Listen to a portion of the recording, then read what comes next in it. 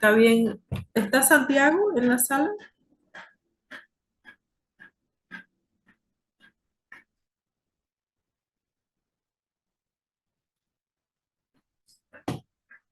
El compañero que estaba exponiendo.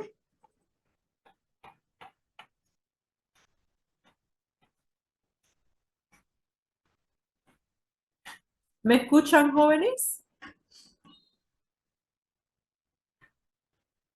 Sí, doctora, yo Sí, creo que... doctora. Sí, ¿Cómo doctora, se escucha. el compañero que estaba exponiendo, cómo se llama? Lucas. Lucas, ¿no? Ya, sí, sí, sí. Puede continuar.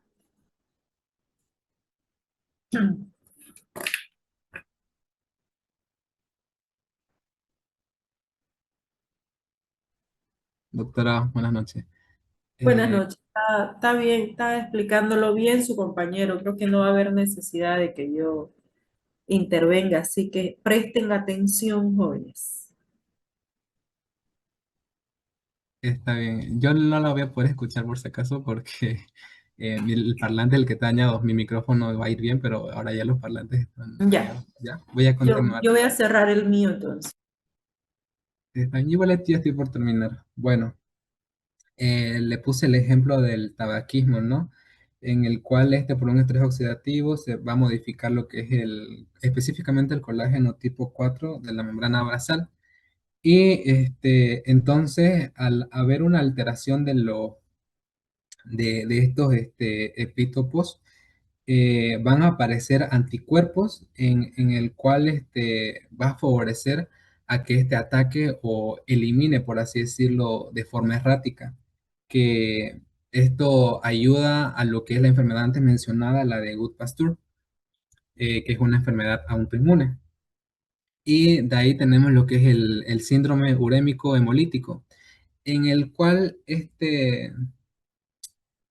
em, va a dejar, ¿cómo se dice? Va a producir una enzima, mejor dicho, que, que va a dejar expuestos a lo que es el antígeno Thomsen-Friedrich, o también creo que lo llaman antígeno T, si no estoy mal, si no estoy errado, pero... y eso lo va a atacar en lo mismo que el anterior prácticamente. Y ya de ahí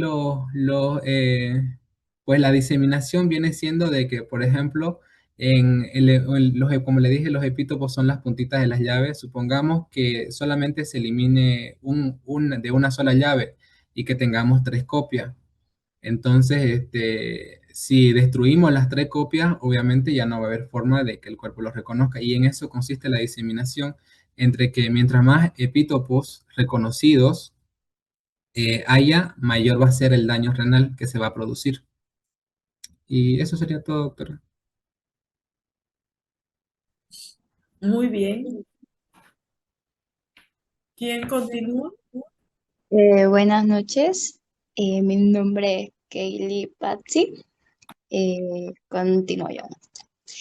En este mecanismo vamos a tener que se van a formar anticuerpos que van a atacar a otros anticuerpos. Entonces, estos pueden reconocer el sitio de unión del antígeno, que va a ser llamado idiotipo, o también la región PC del anticuerpo, que es decir, que es la cola del anticuerpo en sí. Por ejemplo, un ejemplo clásico va a ser el factor reumatoide, que se va a unir a esta región del anticuerpo de la inmunoglobulina G. Esta formación de estos complejos inmunitarios va a favorecer lo que es el depósito en el glomérulo y va a contribuir al desarrollo del síndrome nefrítico. Siguiente, por favor. Ya. Ahora, como tal, vamos a hablar sobre la glomerulonefritis postinfecciosa, que va a aparecer días o semanas después de una infección, incluso cuando ésta ya haya desaparecido. La causa más frecuente va a ser la infección por Streptococcus beta hemolítico del grupo A, que generalmente se da después de una faringoamidalitis o también de una infección cutánea. Su mecanismo principal va a ser la formación y lo que es el depósito de complejos inmunitarios, que va a estar acompañados por consumo del complemento. Siguiente, porfa. Ya. Ahora, la fisiopatología, como mencioné en la anterior diapositiva, comienza con la infección por Streptococcus beta hemolítico del grupo A. Esta bacteria va a liberar lo que son los antígenos, principalmente NAB-LR y también la exotoxina pirogénica estreptocócica, que van a ser reconocidos por el sistema inmunitario. Entonces, como respuesta, el organismo va a producir anticuerpos que se van a unir a esos antígenos formando esos complejos inmunitarios. Estos complejos se van a depositar en lo que es el glomérulo y van a activar el sistema de complemento, produciendo el consumo de C3. Y posteriormente se va a reclutar neutrófilos y se va a liberar lo que son las citocinas inflamatorias, como las interleucina 6, 8, interferón alfa y el factor de crecimiento inflamante beta. Todo esto va a provocar lo que es la inflamación glomerular, disminución de la tasa de filtración glomerular y la aparición de hematuria, edema y hipertensión. Siguiente, por favor. Ahora, para el diagnóstico se va a utilizar estudios de laboratorios en pacientes con antecedentes de faringitis. Se utiliza lo que es la antiestreptolicina, mientras que en infecciones cutáneas se solicita la anti-ADNasa. Además que va a ser frecuente encontrar la disminución del medicamento 3. En una biopsia renal se observa una glomerulitis proliferativa difusa con filtración por neutrófilos. Como se ve en la imagen, la inmunofluorescencia va a mostrar lo que es el depósito de globulina G y el C3 con un patrón denominado el CDLA. En la primera imagen se observa. Y en la segunda, en la microscopía electrónica, se va a observar lo que son los depósitos epiteliales, que son conocidos como las borobas o humos característicos de esta enfermedad como tal. Siguiente, por fin. Ahora, lo que es la nefropatía por inmunoglobulina A, es una glomerulonefritis caracterizada por el depósito de inmunoglobulina A en el mensaje. Puede manifestarse como hematuria microscópica, es decir, que hay sangre en la orina, pero es tan poca que solo se va a detectar con un examen. Y también hematuria macroscópica, que es decir, que ya hay suficiente sangre, entonces se puede observar. También, bueno, la proteinuria suele ser leve, pero aumenta si es que se asocia con un peor pronóstico. Siguiente, por fin. Ahora, la patogénesis de la nefropatía por IgA se explica mediante la hipótesis de multi-hip o múltiples golpes, que consiste en lo siguiente. El primer golpe va a consistir en la producción de la inmunoglobulina A1, que va a ser deficiente en galactosa. El segundo golpe, igual está en las imágenes, se puede. Ya. El segundo golpe ocurre cuando el organismo produce autoanticuerpos, principalmente IgG o IgA, contra esa inmunoglobulina A1 anormal.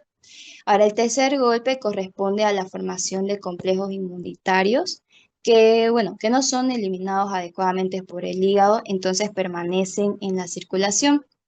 Finalmente, el cuarto golpe, estos complejos se van a depositar en lo que es en el mensanjio, donde se van a activar las células mesangiales y van a desencadenar la respuesta inflamatoria. Siguiente, por fin. Ahora, como tal. Una vez depositados los complejos inmunitarios en el mensangio, las células mesangiales van a liberar van a liberar mediadores inflamatorios como interleucina 6, interferón alfa y angiotensina 2. Además que va a existir un predominio de las respuestas de linfocitos TH2, que son los linfocitos cooperadores, que van a, bueno, con participación también de las interleucinas 4, 5, 10 y 13. Estas sustancias lo que van a hacer es aumentar la inflamación, lesionar a los podocitos y favorecer a lo que es el daño renal. Siguiente, por favor. Ahora, el daño renal va a ocurrir por tres mecanismos principales. El primero va a ser la infiltración del túbulo intersticial por monocitos y macrófagos.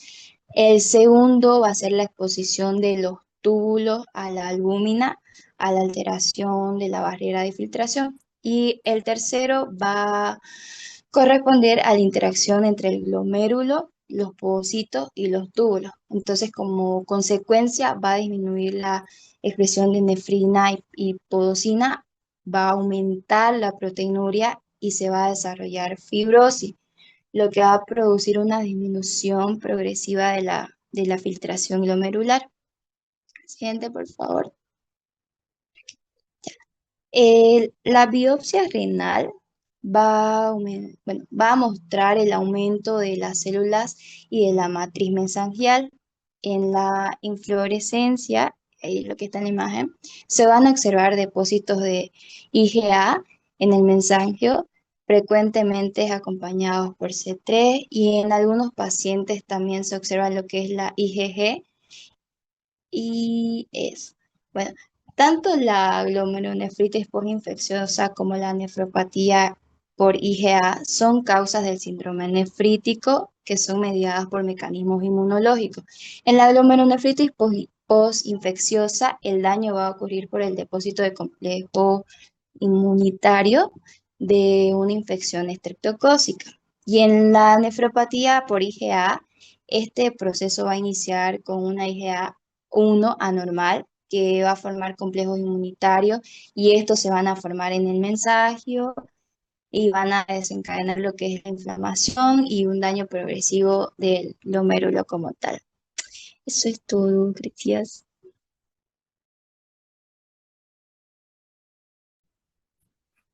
Ya, muy bien. Maite Pazzi, ¿no? Sí, doctora. Ya. ¿Quién continúa? Yo, doctora, Paola López. Paola López. Paola Andrea, ¿no? Sí, Ya. Comienza. ya, ahora vamos a hablar sobre la nefropatía lúpica, que es como dijeron antes, el lupus es una enfermedad que va a progresar con nefritis. Se denomina nefropatía lúpica. Como bien dice aquí, manifestación clínica grave del lupus eritematoso sistémico que va a cursar con títulos elevados de anticuerpos ADN de doble cadena. Existen varias formas de presentaciones. Se presenta de formas variadas. Esta nefropatía lúpica puede ir desde una proteinuria nefrótica hasta un síndrome nefrítico. Luego también vamos a tener una clasificación histopatológica que nos da la Sociedad de Nefrología. Siguiente, por favor. Aquí tenemos la clasificación histológica que va a clasificar la nefritis lúpica en 6 clases, ¿no? Va a ir desde la clase 1, que es una nefropatía lúpica mesangial mínima, va a ir en escalones, ¿no? Es decir, va a ir empeorando de clase en clase. La clase 2 va a ser una mesangial proliferativa, la 3 ya va a ser una lúpica focal, la clase 4 ya va a ser difusa, segmentaria o también puede ser global. La clase 5 ya es una nefritis lúpica membranosa y la clase 6 ya es una esclerosante. Siguiente, por favor. Ahora, como bien dijimos antes, es una enfermedad autoinmune, ¿no? El lupus eritematoso. ¿Cómo es que llegan los anticuerpos al riñón? Esto va a suceder por dos mecanismos principales. Uno, por afinidad directa y dos, el segundo mecanismo por reactividad cruzada. Siguiente, por favor.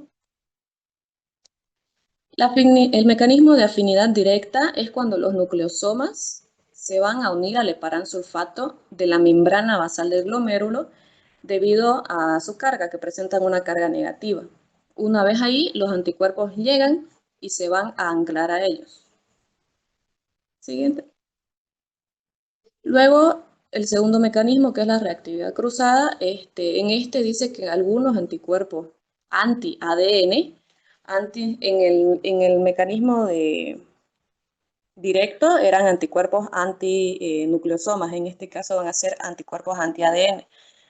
Estos anticuerpos ADN van a atacar a estructuras directas del riñón, como la actinina alfa que se encuentra en los podocitos, o al colágeno tipo 4 por un proceso llamado mimetismo molecular. Siguiente, por favor. Una vez que estos inmunocomplejos se instalan, se va a desatar una respuesta inflamatoria mediada especialmente por la interleucina 6, que es un tipo de citocina. Esta va a promover que las células B produzcan mayor cantidad de anticuerpos y también va a activar a los macrófagos y va a provocar que las células del mesangio se multipliquen descontroladamente. Siguiente.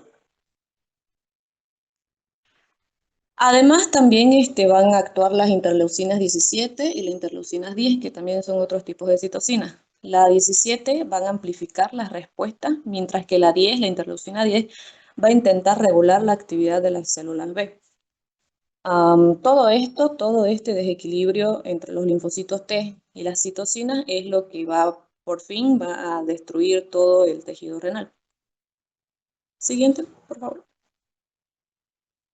Esta nefropatía lúpica va a cursar con una clínica. ¿Cuál va a ser la clínica? Vamos a tener proteinuria, edema, hematuria, que es sangre en orina, e hipertensión arterial.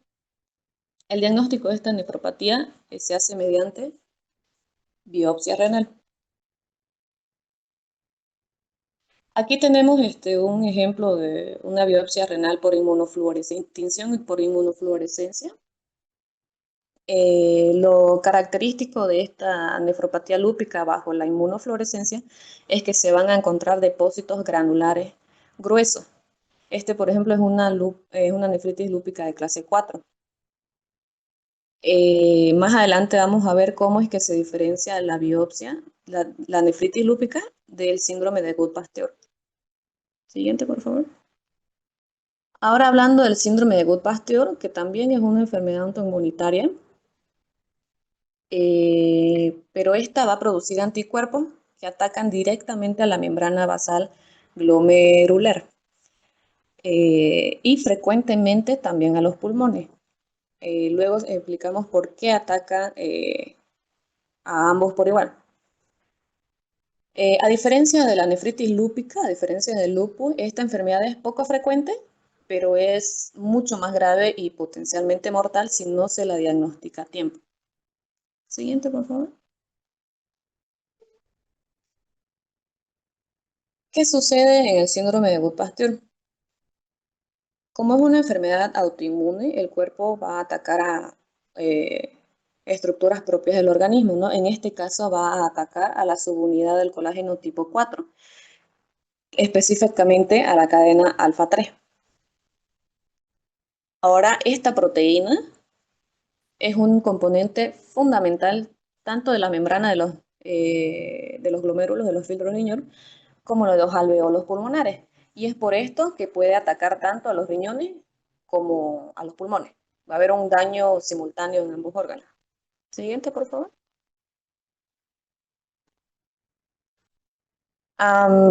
Existen factores de riesgo que van a actuar como disparadores para el síndrome de Goodpasteur, que los principales son el consumo de tabaco, consumo de cocaína y también la exposición a los hidrocarburos.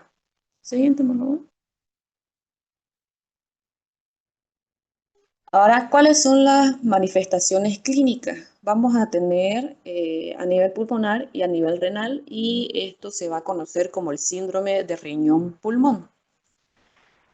A nivel pulmonar, en el 80% de los casos de los pacientes ocurre una hemorragia pulmonar, que es el síntoma más grave y más alarmante. Pero además de eso, también el paciente puede cursar con disnea, hipoxemia, hemóptisis, que es tos con expectoración con sangre, y también en la radiografía vamos a encontrar infiltrados alveolares. Siguiente, por favor. Ahora, a nivel renal, se va a manifestar, se va a presentar como un síndrome nefrítico, ¿no? Que puede evolucionar rápidamente hacia una glomerulonefritis con hipertensión y con hematuria. En el ego, en el examen general de orina, vamos a encontrar unos cilindros hemáticos que nos van a indicar una hematuria a nivel glomerular. Y también va a haber proteinuria menor de 3,5 gramos al día. Siguiente, por favor. En cuanto al diagnóstico del síndrome de Gut-Pasteur, se van a utilizar dos cosas. Tanto la serología, que tiene un 95% de sensibilidad y especificidad, y también la biopsia renal. En la serología vamos a buscar o se buscan los anticuerpos antimembrana basal glomerular mediante las pruebas de ELISA. Y en cuanto a la biopsia renal, se utiliza la tinción por inmunofluorescencia, en donde se van a encontrar depósitos lineales. Esta es la diferencia con el síndrome de nefritis lúpica. Aquí dice depósitos lineales de IgG a lo largo de toda la membrana basal. Y este es el hallazgo más característico del síndrome de Gut-Pasteur. Siguiente, por favor. Esta es una tinción de inmunofluorescencia que nos da un diagnóstico de síndrome de Gut-Pasteur. Como decía antes, hay unos depósitos lineares de IgG. Se pueden encontrar así en formas de flechas lineares, ¿no? Siguiente, por favor.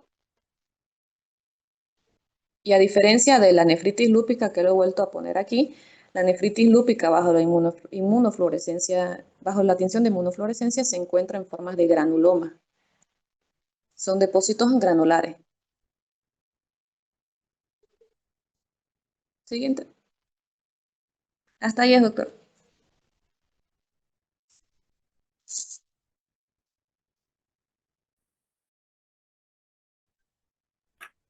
Paola Andrea López, ¿no? Sí. Ya. Buenas noches, doctora. Mi nombre es Caterina Amani Flores y voy a continuar con la exposición, englobando todo lo que se ha hablado en la exposición en un cuadro clínico. Este cuadro clínico ya es característico de una enfermedad que se ha mencionado anteriormente. Es sobre un paciente, un hombre de 19 años de edad, joven, que acudía a consulta médica por presentar episodio de hematuria macroscópica. Quiere decir que se puede ver la presencia de sangre en la orina. Y también este paciente presentó fiebre de 39,5 2 días antes, y también señaló dolor en las articulaciones con una semana de evolución. Y a este paciente se le ha hecho una exploración física donde también presentó la temperatura elevada, una presión arterial de 152/94 milímetros de mercurio y con una frecuencia cardíaca de 98 latidos por minuto y una frecuencia respiratoria de 26 respiraciones por minuto. También en la exploración se presentó el paciente presentó campos pulmonares con síndrome de derrame pleural en la base derecha. Esto debido a que les adelanto de que este paciente ya tenía la enfermedad de lupus eritematoso sistémico, ya que va afectando a otros órganos. También presentó ruidos cardíacos incrementados de tono e intensidad sin fenómenos agregados. También el abdomen con peristaltismo sin agrandamiento de las vísceras y extremidades con adecuados pulsos sin edema. El paciente hace 2 semanas Presentó dolor faríngeo, malestar general, fiebre, escalofrío, tos no productiva. Y es algo que en el texto menciona de que las enfermedades respiratorias, de las vías respiratorias, son como factores desencadenantes o se ven muy relacionados a la enfermedad, a todas las enfermedades que manifiestan el síndrome nefrítico. Pero en este caso, aunque el cuadro clínico del paciente remitió o desapareció con el empleo de paracetamol, se va a ver más adelante con otros exámenes, con otros laboratorios. Siguiente diapositiva, por favor. Por ejemplo, aquí en los laboratorios de estudios de laboratorio, se encontró la presencia de leucocitos, parámetros normales, linfocitos de 35%, polimorfonucleares de 55%, monocitos, eosinófilos, glucosa, y también se puede observar que la urea está muy elevada, de 92 miligramos sobre decilitro, y una creatinina también elevada de 2,3 miligramos sobre decilitro, y también albúmina. Esto es porque, como se está hablando de síndrome nefrítico, que hay un daño, o en este caso hay un deterioro en los glomérulos, y por eso no está habiendo una buena filtración, y también se está permitiendo el paso de sustancias que no deberían pasar a través de los túbulos renales. Y en el análisis de orina, los leucocitos también están elevados de 15 sobre campo, los eritrocitos, proteínas de 30 miligramos sobre decilitro, sodio de 138 miliequivalentes sobre litro, y el potasio en la orina también está disminuida, lo que tendría que ser un valor de 25 a 125 miliequivalentes sobre litro. En estudios complementarios de este paciente, se hizo la proteinuria en todo un día de 24 horas, presentó 1,3 gramos. Y también anticuerpos antinucleares positivos, que como se mencionó en la nefritis lúpica, los anticuerpos antinucleares, aquellos que atacan al núcleo de la célula, se encuentran en un valor elevado también de 1,320, ¿ya? Y lo que debería ser 1,120 en lo normal. Y también anticuerpos que atacan al ADN, como mencionó el otro compañero, de doble cadena, positivos con 3 cruces, y también las proteínas del complemento, que es la C3 y la C4, se van a ver disminuidas. El tiempo de protrombina de 12 segundos, también la INR de 1,1 y el tiempo parcial de tromboplastina elevada de 38 segundos. Y un panel viral para hepatitis B, hepatitis C y VIH negativo. ¿Esto por qué? Porque se va a comparar de que el paciente ha tenido un antecedente, y esos antecedentes son que la tuvo ictericia hace 3 meses, pero debido a una anemia hemolítica. Y es lo que en el caso clínico menciona de que esta anemia hemolítica ha sido causada por el lupus eritematoso sistémico. Entonces, ha sido tratada con esteroides, pero el paciente manifestó que ha suspendido el tratamiento porque notó mejoría. Y como también se mencionó la otra compañerita, de que el diagnóstico de la nefritis lúpica tiene un mejor resultado con la biopsia renal. Y en esta biopsia renal del paciente se menciona la proliferación endocapilar y extracapilar, y alinosis segmentaria, uno con necrosis, presencia de cardiorexis, que vendría a ser la fragmentación de los núcleos de la célula, asas de alambre, como la compañera mencionó, que va a haber un engrosamiento. Entonces ese engrosamiento se va a ver manifiesto mediante los asas de alambre.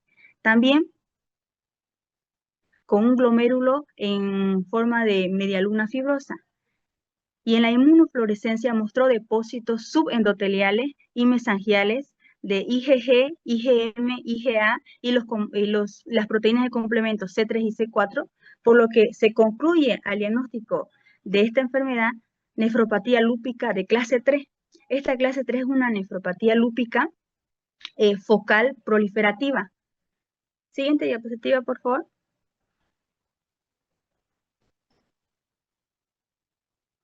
Bueno, el diagnóstico que vendría a ser nefropatía lúpica de clase 3, recordando lo que se mencionó, clase 3, nefropatía lúpica, ¿por qué es clase 3? Porque va a haber un deterioro de los glomérulos menor a un 50%.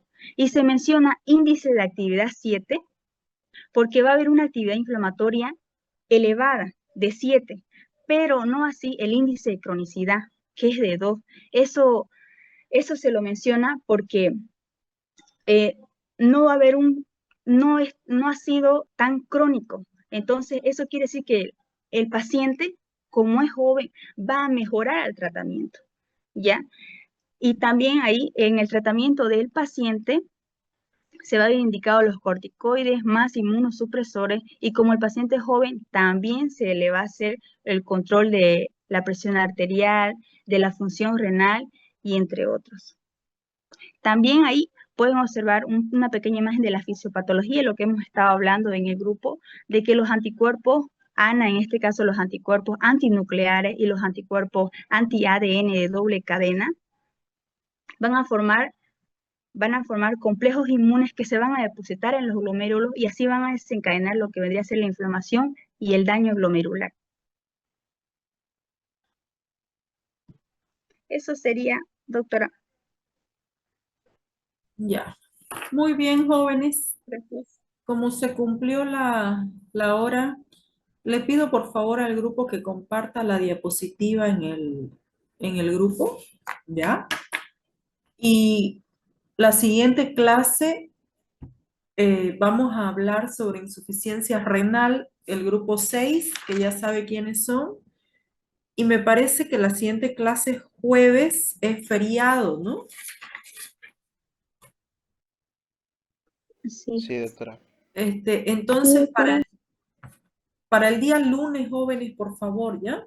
Ahí vamos a hablar y hacer un resumen de toda la patología renal. ¿Ok? Doctora, entonces no vamos a pasar clases jueves, ¿no?